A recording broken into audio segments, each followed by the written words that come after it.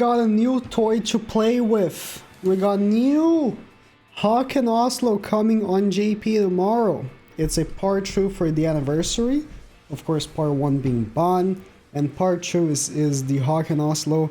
Interestingly, you know, we recently got Hawk and Oslo on JP and already got a new one. Of course, for Global, Hawk and Oslo came out months ago, right? For whatever reason, JP took so long to release Hawk and Oslo on, you know, their version. But this Hawk and Oslo is an interesting one. So, it's fun party.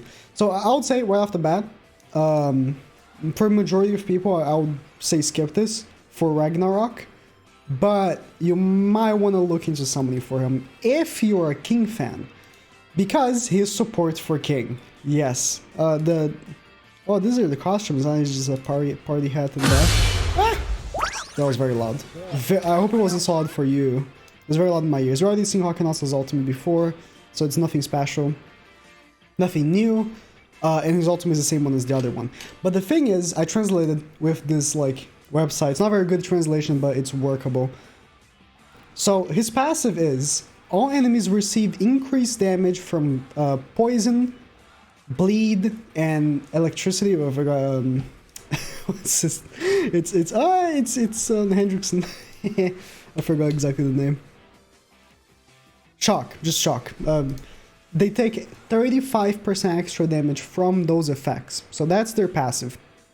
Now, this doesn't mention if they have to be in the front, by the way. So I'm assuming they work in the back. Their first attack, it's bleed, single target bleed. And then second attack, it's corrosion. During 3 turns, all enemies take 20% of their max HP from corrosion. Again, the translation of this website is horrible. So I'm hoping Greco's database, I'm updating if she's translating any point that you, but it's workable. We know what it does. It's just very poorly worded because it's raw translated, but from Japanese, right? And then the ultimate is the same one as the other Hawk and Oslo, where they take it to the Shadow Realm, right?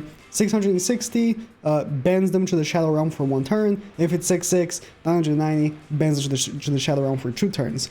Now, this is the thing, right? Will this be good for King? I don't know. We're gonna have to try it out. But this Hawk and Oslo looks like they're trying to counter Bond. They're blue. King is already a good counter for Bond. I know, like, Speedy has made 47 videos on that.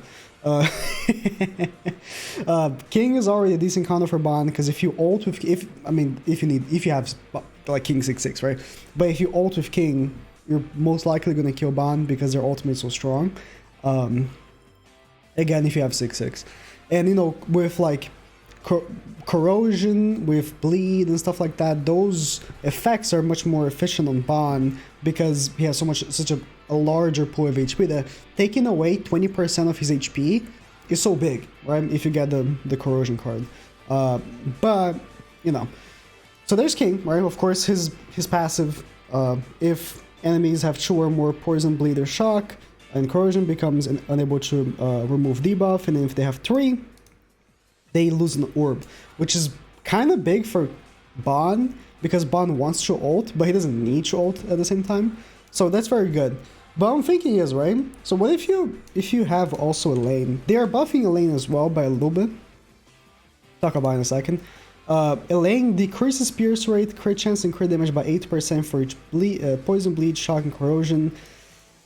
No, it's really bad, actually. It's just really bad. I don't think she's gonna make a comeback, but King might make a slight comeback with this Hawk and Oslo. We'll see. It could be a case where it's enough of a buff that King is a viable team again. You're still probably gonna have to use Hendrickson, which again, against Bonds, not very good. They're gonna have to use a green unit, but it is what it is, right?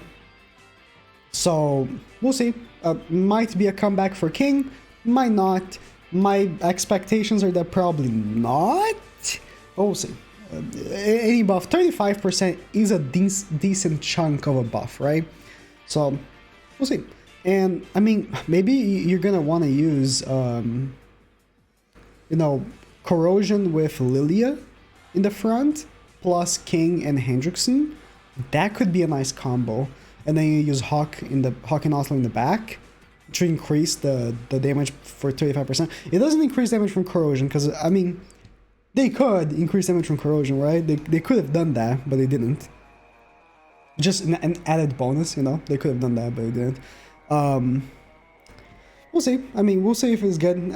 I don't have much expectations, but one thing is, the banner is interesting, because the banner actually is a festival banner. So I don't know... It doesn't feel like, yeah, they're guaranteed at 600, right? It says like 600 get. I think you can get them at 600. So it's not a full-blown festival banner. There's someone ringing the doorbell, as always. I forgot what I was talking about. Anyways, it's not a full-blown festival, because it doesn't go to 900. But you do have, you know, tickets and stuff like that. And the festival Zeldris and Assault Melee are in the banner. So I don't know, maybe you might want to try your chance in getting it. They're probably going to be a 0.20. It's 10 characters, right? Nanaj is in the banner. Hopefully they'll get one at least. But, you know. Yeah, 600, you get the Hawk and Oslo. So they're not a full-blown festival, so I hope they are accessible in some way. Like, the other Hawk and Oslo is just so annoying to get. But, you know. You'll say, I have already UR gear for Hawk and Oslo, so that's for Hawk. Because Hawk and Oslo isn't Hawk and Oslo, it's Hawk, and the Oslo is the weapon, right? Just like Liz and Hawk, Liz is the character and Hawk is the weapon. So, you know, I have UR gear for Hawk, therefore I have UR gear for Hawk and Oslo. So, yeah, we'll see. I mean, it's not the craziest thing, it's not the most hype thing ever, but... Oh, new packs! Would you look at that? There's the ticket packs as always. These are good for me. $100. This is terrible. Wow. So this is $100, right? 10,000 yen equals roughly $200. Roughly, it's like 90 something probably. You get one guaranteed SSR ticket for Bond, which is it's not even guaranteed fast, but just guaranteed SSR. One guaranteed SSR in this banner, the season banner, and one guaranteed SSR in the Hawk and Oslo banner. It's not even guaranteed feature, just guaranteed SSR. $100, that's very expensive for just guaranteed SSR tickets. Like, yeah, you have a higher chance of getting the Bond than like doing a multi or whatever. It's $100. That's very expensive. Ooh, we have to accept that, and no other content. I mean, the buff I'm talking about is this one, right? So Elaine's ultimate is being buffed, and the passive is being buffed as well, I believe. The special combat maneuvers, I think this is passive, from 8 to 12. So this goes 12%. So now we can go, you know, 12, 24, 36, 48%. Actually, if you can apply all four, right?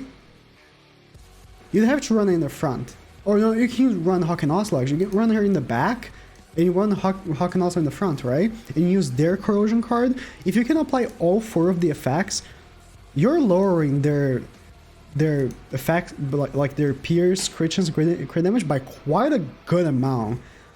You know, 6 to 12 is a big jump when you consider you can stack it 4 times. Might be a comeback for Elaine, I don't know. Has the base posted? No, that's fine. We have an idea of what they do. It's basically just, you know, king support. We'll see.